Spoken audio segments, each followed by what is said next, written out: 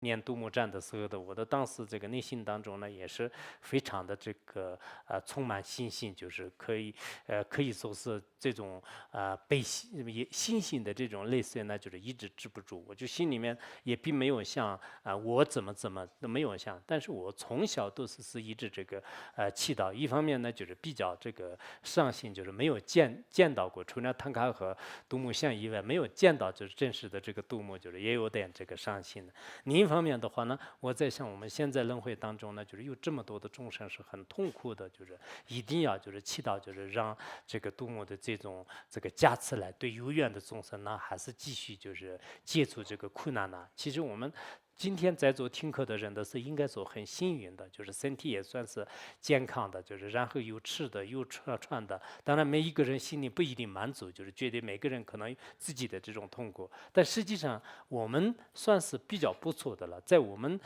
这个以外的，就是其他的这个社会各个团体当中呢，包括这个人类当中也有特别多的一些痛苦的人啊，就尤其是你到了这个医院里面就看一看，就是到医院的任何一个科室的话呢，有无数的这个人在那里这个挣扎啊，比如说你这个看看这个眼病，就是然后到了眼科的地方的时候，所有的人好像眼睛不行一样的，然后你去那个就是什么这个骨科医院的时候呢，哇，所有人的骨头好像就成问题一样的，就每一个这个科室的医院里面，就是都有这么多的这个痛苦的人，所以呢，我想我们这个祈祷的时候呢，也是应该呢，就是为这个众生就是多多的这个祈祷。本来佛教的这个教义呢，其实是，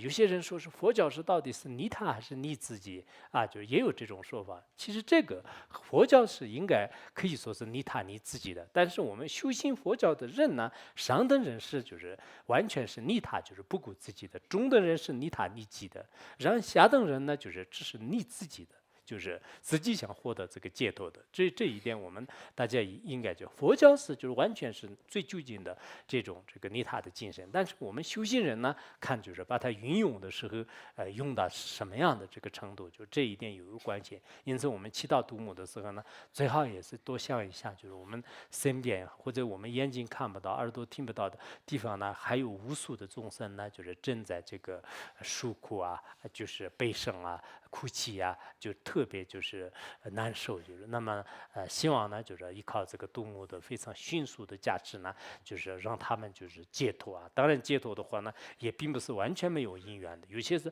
我们祈请以后呢，就是解除他的痛苦；有些是众生他自己的这种祈祷的三愿成熟以后才得到解脱的，这些情况都是不相同。不管怎么样，大家还是祈祷很重要。这是讲的这个熊熊烈火啊，就是杜牧的外相呢，就是有这样的这种这个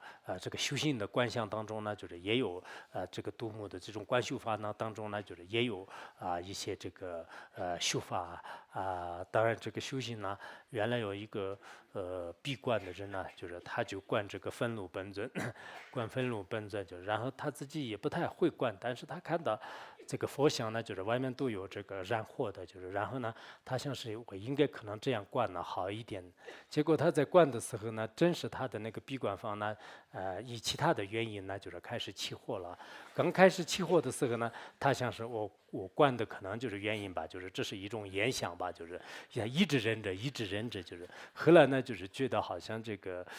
自己的身体都马上要烫上了。那个时候呢，他想是是我的是感觉吗？真的已经起火了。后来一看的是原来不是受灌的原因，就是结果真的这个寺院呢就是起火了，然后他就吓坏了，就是往外面跑，就是所以我们有时候观想的时候呢，就是可能自己都是不用观想，就是杜牧啊，就因为我们现在的这种观想方法是比较简单的，它是按照这个识部或者心部的这种观想方法。那这样的时候呢，我们就是杜牧呢，就是作为特别就是慈悲的一种这个就是父母，然后呢，我们就经常这个祈祷他，就是通过他的加持呢，牵除我们的这种各种障碍，就是以这种方式来这个修持，不需要就是密法的很高的一种层次，就是把自己观想啊，就这都是我们没有讲的话，那就我们也是一般的一种观修方法就可以